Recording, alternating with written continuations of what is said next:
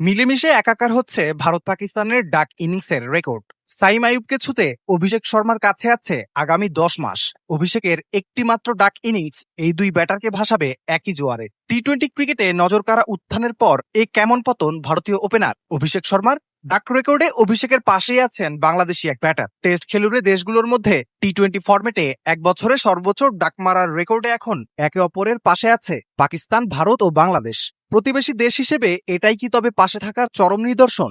টি-20 বিশ্বকাপের আগে ফরম্যাটটির ICC batting র্যাঙ্কিংয়ে শীর্ষে ছিলেন অভিষেক শর্মা। ওপেনার হিসেবে তার স্ট্রাইক রেট 192.43, যা টি-20-র ইতিহাসে অন্তত 30 ইনিংস খেলা ওপেনারদের মধ্যে সর্বোচ্চ।